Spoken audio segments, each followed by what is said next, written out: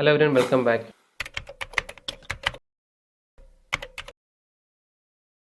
അപ്പോൾ ഇന്നത്തെ വീഡിയോക്ക് രണ്ട് കാര്യങ്ങളാണ് പറയാൻ പോകുന്നത്. അതായത് സിംഗിൾ സ്ട്രാറ്റജി ഉപയോഗിക്കുന്നതാണ് നല്ലത്, അതോ മൾട്ടിപ്പിൾ സ്ട്രാറ്റജി ഉപയോഗിക്കുന്നതാണ് നല്ലത്, ഒന്നാമത്തെ കാര്യം. രണ്ടാമത്തെ കാര്യം ചെയ്യുമ്പോൾ കുറച്ച് സൈക്കോളജിക്കലായിട്ട് സംഭവമാണ്. അതായത് ട്രേഡേഴ്സ് എന്താണ് ചെയ്യേണ്ടത്, അതൊക്കെയാണ് ഈ വീഡിയോക്കകത്ത് ചർച്ച ചെയ്യാൻ പോകുന്നത്. അപ്പോൾ നമുക്ക് നേരെ വീഡിയോയിലോട്ട് പോകാം. ഒന്നാമത്തെ കാര്യം, സിംഗിൾ സ്ട്രാറ്റജി ഉപയോഗിക്കണം, മൾട്ടിപ്പിൾ സ്ട്രാറ്റജി ഉപയോഗിക്കണം. രണ്ടിനായിട്ട് പ്ലസ് പോയിന്റും ഉണ്ട്, നെഗറ്റീവും ഉണ്ട്. അപ്പോൾ നമുക്ക് പ്ലസിൽ നിന്ന് തുടങ്ങാം. ഒരു സിംഗിൾ സ്ട്രാറ്റജി ഉപയോഗിക്കുകയാണെന്നുണ്ടെങ്കിൽ വലിയ തലവേദന ഒന്നും ഉണ്ടാക്കത്തില്ല. നിങ്ങൾക്ക് ആ സമയം വരുമ്പോൾ കൃത്യമായിട്ട് സ്ട്രാറ്റജി ഡിപ്ലോയ് ചെയ്താൽ മാത്രം മതി. അതാണ് സിംഗിൾ സ്ട്രാറ്റജിയുടെ ഏറ്റവും വലിയ പ്ലസ് പോയിന്റ്. മാത്രമല്ല, നിങ്ങൾ മറ്റ് കാര്യങ്ങൾ ചെയ്യുന്ന ഒരാൾ, പാസീവായിട്ട് ട്രേഡ് ചെയ്യുന്ന ഒരാളാണെങ്കിൽ ഒരു single strategy is enough for you. അതായത് വലിയ ബുദ്ധിമുട്ടൊന്നും തലവേദന ഇല്ലാതെ നൈസായിട്ട് നിങ്ങൾക്ക് ആ സ്ട്രാറ്റജി ഡിപ്ലോയ് ചെയ്യാൻ പറ്റുന്നുണ്ടെങ്കിൽ ഒരു സിംഗിൾ സ്ട്രാറ്റജി എപ്പോഴും നല്ലതാണ്. ഒരു സ്ട്രാറ്റജി ഇല്ലാതെ സ്റ്റോക്ക് മാർക്കറ്റിൽ പാർട്ടിസിപ്പേറ്റ് ചെയ്യാതിരിക്കുന്നതിനേക്കാൾ നല്ലത് ഒരു പ്രോഫിറ്റബിളുള്ള സിംഗിൾ സ്ട്രാറ്റജിയിലും ഉള്ളതാണ്. ഇനിയിപ്പോൾ അതിൻ്റെ നെഗറ്റീവ് എന്ന് പറയുമ്പോഴത്തേക്കും ആ സ്ട്രാറ്റജി വർക്കിംഗ് ആയില്ലെങ്കിൽ ഒന്നും ചെയ്യാൻ പറ്റത്തില്ല. കാരണം മാർക്കറ്റിൻ്റെ സ്ട്രക്ചർ മാറിക്കൊണ്ടിരിക്കും, മാർക്കറ്റിൻ്റെ സ്വഭാവം മാറിക്കൊണ്ടിരിക്കും. അപ്പം നമ്മുടെ സ്ട്രാറ്റജി ഒരിക്കലും നമ്മൾ അപ്ഡേറ്റ് ചെയ്യാതെ സിംഗിൾ സ്ട്രാറ്റജി മാത്രം പാസീവായിട്ട് യൂസ് ചെയ്യുന്ന ഒരാളാണെന്നുണ്ടെങ്കിൽ മാർക്കറ്റ് കണ്ടീഷൻ മാറുന്നതനുസരിച്ച് ആ സ്ട്രാറ്റജി ചിലപ്പോൾ വർക്ക് ആകാതെ വരും. അങ്ങനെ വരുമ്പോഴത്തേക്കും മിക്കവാറും നിങ്ങൾക്ക് ഒന്നുകൂടെ കണ്ടുപിടിക്കേണ്ട ഗതികേട് ഉണ്ടാകും. അതൊക്കെയാണ് അതിൻ്റെ ഒരു കുഴപ്പം. പക്ഷേ കുഴപ്പമൊന്നുമില്ല, നിങ്ങൾ വേറെ സ്ട്രാറ്റജി നിങ്ങൾക്ക് ഉറപ്പായിട്ടും കണ്ടെത്താൻ പറ്റും. സ്റ്റോക്സിലൊക്കെ ആണെങ്കിൽ ഇഷ്ടംപോലെ സ്ട്രാറ്റജി കിട്ടുന്നുണ്ട്. അപ്പോൾ ഒരു സിംഗിൾ സ്ട്രാറ്റജി ഉപയോഗിച്ച് നിങ്ങൾക്ക് ഏൺ ചെയ്യാൻ പറ്റും, കുഴപ്പമൊന്നുമില്ല. അപ്പം അതിൻ്റെ ചെറിയൊരു നെഗറ്റീവ് സൈഡ് പറഞ്ഞാണ്, പക്ഷേ single strategy is always good. ഇനിയിപ്പോൾ മൾട്ടിപ്പിൾ സ്ട്രാറ്റജിയിലോട്ട് വരാം. മൾട്ടിപ്പിൾ സ്ട്രാറ്റജി ഉപയോഗിച്ചുള്ള ഗുണവും ദോഷവും ഞാൻ പറയാം. ഇപ്പം നിങ്ങൾ പാസീവ് അല്ല, ഒരു ആക്റ്റീവായിട്ട് ട്രേഡിംഗ് സെഷനിലൊക്കെ നിൽക്കുന്ന ഒരാളാണെന്നുണ്ടെങ്കിൽ നിങ്ങൾക്ക് മൾട്ടിപ്പിൾ സ്ട്രാറ്റജി ഉറപ്പായിട്ടും വേണം. കാരണം വെച്ചാൽ നിങ്ങളുടെ മെയിൻ സോഴ്സ് ഓഫ് ഇൻകം എന്ന് പറയുന്നത് ഷെയർ മാർക്കറ്റാണ്. അതുകൊണ്ട് തന്നെ നിങ്ങൾക്ക് ഏതൊരു മാർക്കറ്റ് കണ്ടീഷനും നിങ്ങൾ പൈസ ഉണ്ടാക്കിക്കൊണ്ടിരിക്കണം. മാർക്കറ്റ് മാറുന്നതനുസരിച്ച് സ്ട്രാറ്റജികൾ നിങ്ങൾ അപ്ഡേറ്റ് ആയിക്കൊണ്ടിരിക്കണം. മാത്രമല്ല, ചില മാർക്കറ്റിൽ ചില സ്ട്രാറ്റജി വർക്കാവും, ചില മാർക്കറ്റിൽ ചില സ്ട്രാറ്റജീസ് വർക്കാകത്തില്ല. അപ്പം ഏത് തരത്തിലുള്ള മാർക്കറ്റിലാണ് ഏത് തരത്തിലുള്ള സ്ട്രാറ്റജി വർക്കാകുന്നത് കൃത്യമായിട്ട് നിങ്ങൾക്ക് അറിഞ്ഞിരിക്കണം. ഇപ്പം മാർക്കറ്റ് ഒരു സൈഡ് വേസ് രീതിയിൽ പോവുകയാണെന്ന് വെച്ചു, മാസങ്ങളോളം മാർക്കറ്റ് സൈഡ് വേസിൽ പോവുകയാണെന്നുണ്ടെങ്കിൽ നിങ്ങളൊരു ബുള്ളി സ്ട്രാറ്റജി അല്ലെങ്കിൽ ബെയർ സ്ട്രാറ്റജി ഇട്ട് കാര്യമില്ല. സൈഡ് വേസ് മാർക്കറ്റിൽ കൂടെ നിങ്ങൾക്ക് പൈസ ഉണ്ടാക്കാൻ നിങ്ങൾ പഠിക്കണം. അപ്പോൾ ഓപ്ഷൻ സെല്ലിംഗ് പോലത്തെ കാര്യങ്ങൾ കൂടെ ചെയ്യുകയാണെങ്കിൽ ഉറപ്പായിട്ട് നിങ്ങൾക്ക് പ്രോഫിറ്റ് ആകാൻ പറ്റും.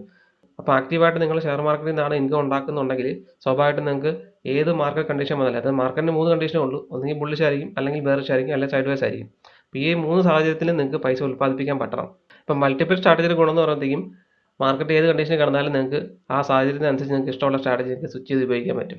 ഇതിൻ്റെ ഒരു നെഗറ്റീവ് സൈഡ് എന്ന് പറയുമ്പോഴത്തേക്കും ഒരുപാട് സ്ട്രാറ്റജി ഉള്ളപ്പോൾ നമുക്ക് മാനേജ് ചെയ്യാൻ കുറച്ച് ബുദ്ധിമുട്ടായിരിക്കും. അല്ലെങ്കിൽ കൃത്യമായിട്ട് നിങ്ങൾ കുറച്ച് നാളൊക്കെ ചെയ്ത് പ്രാക്ടീസ് ആകുമ്പോഴത്തേക്കും ഈസി ആയിട്ട് ചെയ്യാൻ പറ്റും. അല്ലാന്നുണ്ടെങ്കിൽ കുറച്ച് മാനേജ് ചെയ്യാൻ ശകലം ബുദ്ധിമുട്ടായിരിക്കും അതിൻ്റെ ഒരു സംഭവം. പക്ഷേ ആക്റ്റീവായിട്ട് ട്രേഡിംഗ് നിൽക്കുന്ന ആൾക്കാർ കുറച്ചൊക്കെ ബുദ്ധിമുട്ടെടുക്കണം, എന്നാൽ മാത്രമേ നമുക്ക് ഈ ഒരു സംഭവം മുന്നോട്ട് കൊണ്ടുപോകാൻ പറ്റത്തുള്ളൂ. അപ്പോൾ അതാണ് ചെറിയൊരു ഡ്രോബാക്ക്. വേറെ വലിയ ഡ്രോബാക്ക് ഒന്നും ഇല്ല ഇതിന്. എപ്പോഴും മൾട്ടിപ്പിൾ സ്ട്രാറ്റജീസ് ഉള്ളതിനാണ് നല്ലത്. മാത്രമല്ല, ചില സമയത്ത് നിഫ്റ്റിയിലൊക്കെ നല്ല സ്ട്രാറ്റജി വർക്കാകാതെ വരുന്ന സമയമുണ്ട്. നിഫ്റ്റിയിലും ബാങ്ക് നിഫ്റ്റിയിലൊക്കെ നല്ല സ്ട്രാറ്റജി ഒന്നും വർക്കാകത്തില്ല.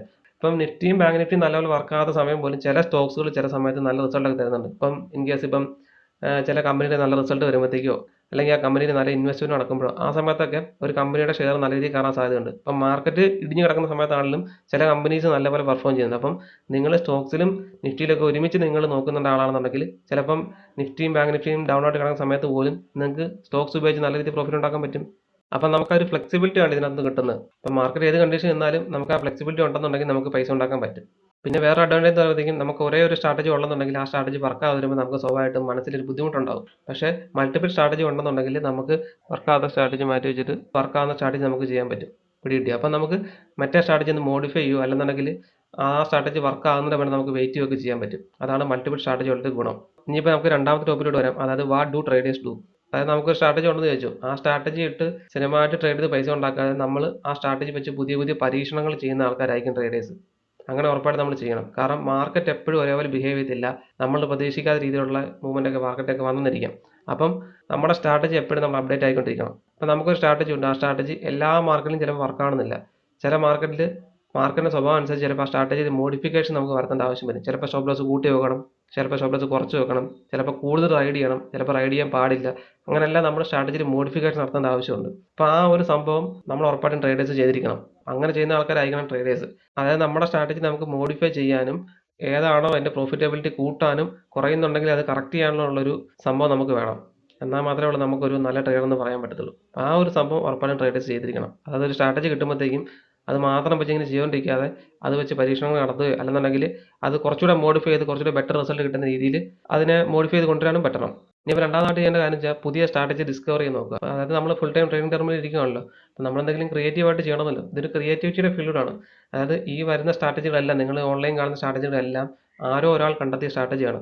നിങ്ങൾ ആലോചിക്കുക. ഇപ്പം നിങ്ങൾക്കും പുതിയ പരീക്ഷണങ്ങൾ നടത്തിയിട്ട് പുതിയ പുതിയ സ്ട്രാറ്റജീസ് കണ്ടെത്താൻ പറ്റണം.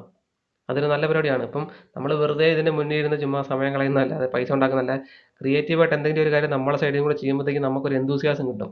പിടി. അപ്പം പുതിയ സ്ട്രാറ്റജി കുറച്ച് പൈസ ചിലപ്പോൾ പോയെന്നിരിക്കും, പക്ഷേ പുതിയ സ്ട്രാറ്റജി കണ്ടെത്തുന്നതിൽ നിങ്ങളൊരു ആനന്ദം കണ്ടെത്തിയാൽ നിങ്ങൾക്ക് അതൊരു നല്ലൊരു സംഭവമായിരിക്കും. അതായത് നമ്മുടെ ബ്രെയിൻ അവിടെ കുറച്ചുകൂടെ യൂസ് ആകുന്നുണ്ട്. പിടികിട്ടി. അപ്പോൾ നമ്മളിങ്ങനെ ഒരേ സ്ട്രാറ്റജി യൂസ് ചെയ്ത് ഇങ്ങനെ പൈസ ഉണ്ടാക്കുന്നതൊക്കെ നല്ലത്. കുറച്ചുകൂടെ ക്രിയേറ്റീവായിട്ട് കുറച്ച് കാര്യങ്ങളൊക്കെ പുതിയ സ്ട്രാറ്റജി ഡിപ്ലോയ് ചെയ്യുകയോ അല്ലെങ്കിൽ നമ്മൾ ആൽഗോ ട്രേഡോ അങ്ങനെ എന്തെങ്കിലുമൊക്കെ കാര്യങ്ങൾ ഉപയോഗിച്ച് നിങ്ങൾ കുറച്ച് ക്രിയേറ്റീവായിട്ട് ഈ സെഗ്മെൻറ്റിൽ കുറച്ച് കാര്യം ചെയ്യാൻ നോക്കുക. അപ്പോൾ നിങ്ങൾക്ക് ഉറപ്പായിട്ടും അതിന് റിസൾട്ട് ഉണ്ടാവും. അതായത് നമ്മൾ ഉറങ്ങിക്കിടക്കുന്ന സിംഹത്തെ ഉണർത്താൻ വേണ്ടി ഒരു ഫീൽഡാണ് ഷെയർ മാർക്കറ്റ്.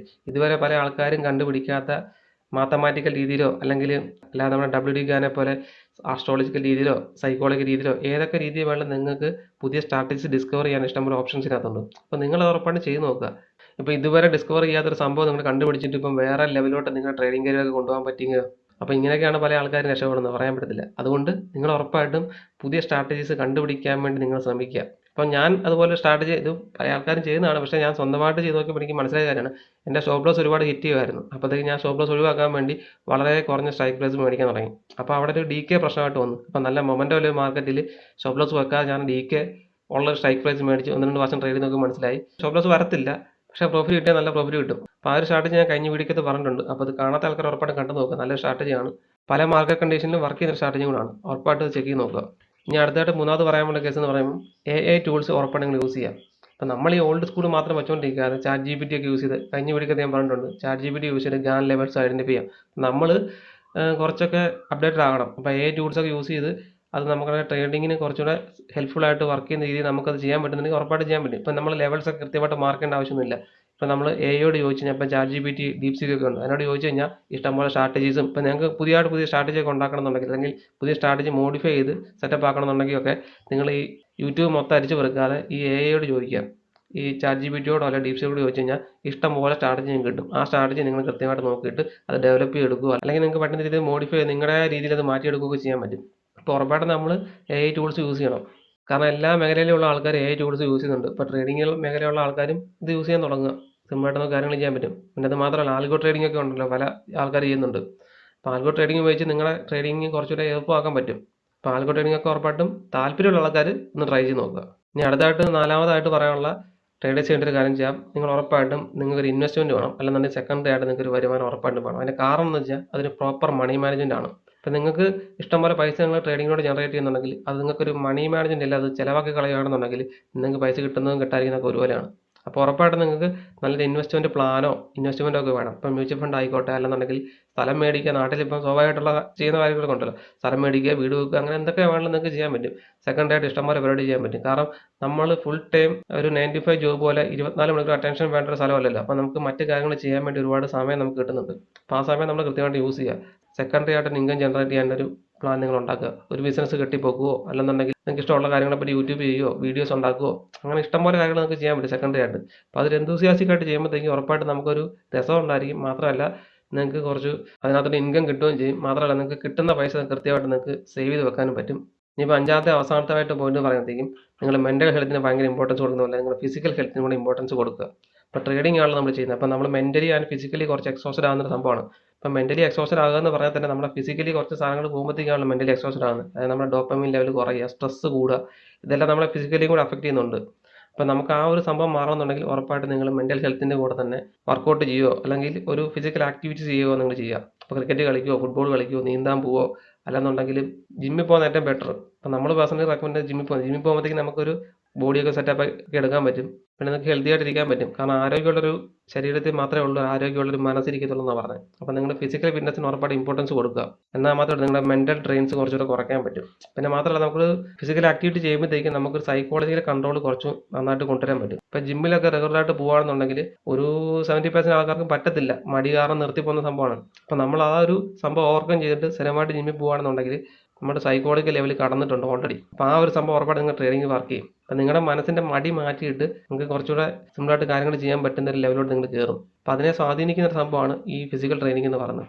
അപ്പോൾ ഉറപ്പായിട്ട് നിങ്ങൾ ഫിസിക്കൽ ട്രെയിനിങ് ഇല്ലെങ്കിൽ നിങ്ങൾ ചെയ്യാൻ തുടങ്ങുക. നിങ്ങളുടെ ഫിസിക്കൽ ഹെൽത്ത്, നിങ്ങളുടെ മെൻ്റൽ ഹെൽത്ത്, നിങ്ങളുടെ ട്രേഡിംഗ് കരിയർ അടിപൊളിയാക്കാൻ വേണ്ടി ഉറപ്പായിട്ട് നിങ്ങളെ സഹായിക്കും. അപ്പോൾ ഇത്ര കാര്യങ്ങളൊക്കെയാണ് പെട്ടെന്ന് ഞാൻ ഓർത്തപ്പോൾ എനിക്ക് പറയാൻ പറ്റുക. ഇനി കൂടുതൽ എന്തെങ്കിലും കാര്യം ഉണ്ടെങ്കിൽ ഞാൻ അടുത്ത വീഡിയോയ്ക്ക് അത് പറയാം.